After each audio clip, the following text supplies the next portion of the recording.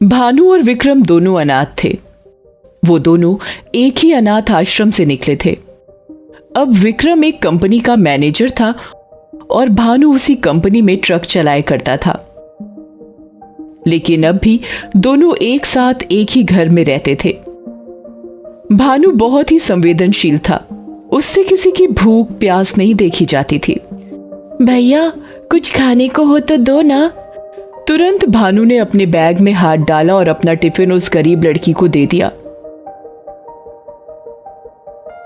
उस दिन वो लंच के समय कैंटीन में अकेले बैठा था। तभी विक्रम ने उसे देखा और वो समझ गया। ये ले खा अब। लेकिन तू क्या खाएगा? आधा आधा खा लेंगे, खा चल। विक्रम और भानु एक साथ टिफिन खाने लगे। वैसे आज किसे अपना टिफिन दे आया? वो एक गरीब बच्ची थी, बेचारी ने कई दिनों से कुछ नहीं खाया था। ठीक है। हमारे बचपन में भी हमारे यही हाल थे ना। सोच, अगर हमें अनाथ आश्रम में नहीं डाला जाता तो हमारा क्या होता। हाँ। भानु अक्सर गरीबों की मदद कर दिया करता था, कभी खाने से तो कभी पैसों से। शायद इसीलिए वो कभी कुछ अपने लिए नहीं बना पाया। एक दिन की बात है, भानु ने देखा कि एक गरीब औरत अपने छोटे से बच्चे के साथ रोड पर पड़ी है। वो दौड़ते हुए उनके पास गया। पानी, पानी। भानु ने अपने बैग से उस औरत को पानी पिलाया।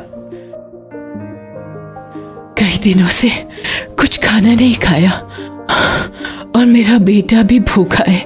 हो सके तो कुछ मदद कर दो भाई। भानु ने अपना वॉलेट देखा तो वो खाली था। तुम यहीं रुको, मैं अभी आता हूँ। वो दौड़ते हुए विक्रम के पास गया। कुछ पैसे मुझे उधार दे दो प्लीज। क्यों, क्या हुआ? भानु ने विक्रम को उस भूखी औरत के बारे में बताया और फिर विक्रम ने उसे कुछ पैसे दे दिए। ये मैं तुझे जल्द ही लौटा दूंगा। ठीक है। भानु दौड़ते हुए गया और भानु ने उस औरत के लिए खाना और बच्चे के लिए दूध खरीद लिया। भानु को लोगों की मदद करके संतुष्टि मिलती थी। शाम को जब वो घर लौटा तो मुझे तुझसे कुछ बात करनी है। हाँ बोलना। तू अगर ऐसे ही सारे पैसे लोगों की मदद करने में इस्तेमाल करेगा तो तेरा भला कैसे होगा?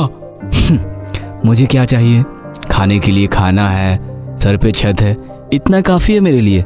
पर मेरे यार, जल्द ही तेरी भी शादी होगी, परिवार होगा, उनके लिए तो तुझे पैसे बचाने होंगे ना। वो सब जब होगा तब देख लेंगे। अभी फिलहाल तो मुझसे गरीबों की भूख बर्दाश्त नहीं होती। मैं तेरी फीलिंग समझता हूँ दोस्त, पर मुझे लगता है तुझे सोच समझकर पैसे खर्च करने चाहिए, वरना जब जरूरत होगी तो तेरे पास पैसे नहीं होंगे। सोच, अगर तू उस औरत को खाना नहीं खिलाता तो क्या वो मर जाती? नहीं ना कोई उसकी मदद कर ही देता। सब यही सोचकर किसी की मदद नहीं करते कि कोई और मदद करेगा, और इसलिए गरीबों का ये हाल है। तुझे समझाना बेकार है। चल मैं चलता हूँ। हाँ, और हाँ, पंडित जी ने तुझे मंदिर बुलाया है, कुछ उत्सव है बोल रहे थे। हाँ, मैंने उन्हें कहा था कि मैं मंदिर के उत्सव में मदद करूंगा। चल मैं मंदिर जाता हूँ। भानु मंदिर पहुंच गया और वहां देवी के उत्सव की तैयारियों में जुट गया।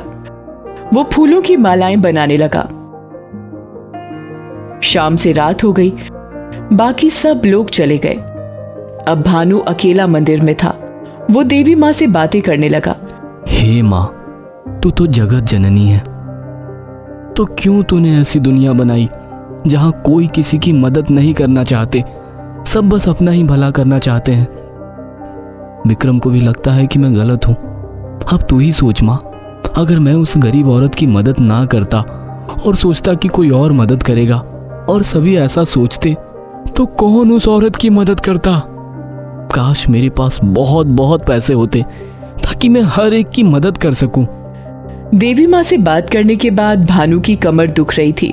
उसने सोचा वो मंदिर में ही थोड़ा आराम कर लेगा, इसलिए वो लेट गया और कब उसकी आंख लग गई उसे पता भी नहीं चला। सपने में देवी माँ खुद उससे मिलने आई। भानु, तू बहुत भोला है और निस्वार्थी।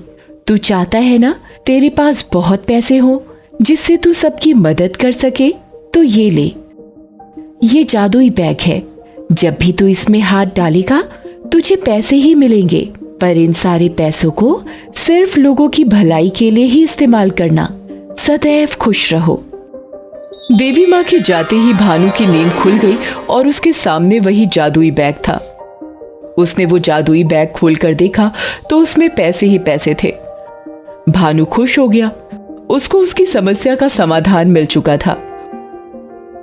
उस दिन भानु ने रास्ते में मिलने वाले हर किसी व्यक्ति की मदद की। जब भानु घर पहुंचा तो उसकी संतुष्टि उसकी आंखों से झलक रही थी। तुझे पता है आज क्या हुआ? क्या? भानु ने विक्रम को जादुई बैग की पूरी कहानी बताई। अब मैं हर किसी की मदद कर सकता हूँ। मैं बहुत खुश हूँ। भानु के पास जादुई बैग था जिसमें नोट भरे ही रहते थे। ये सोचकर विक्रम परेशान हो गया। उसके मन में लालच आ गया।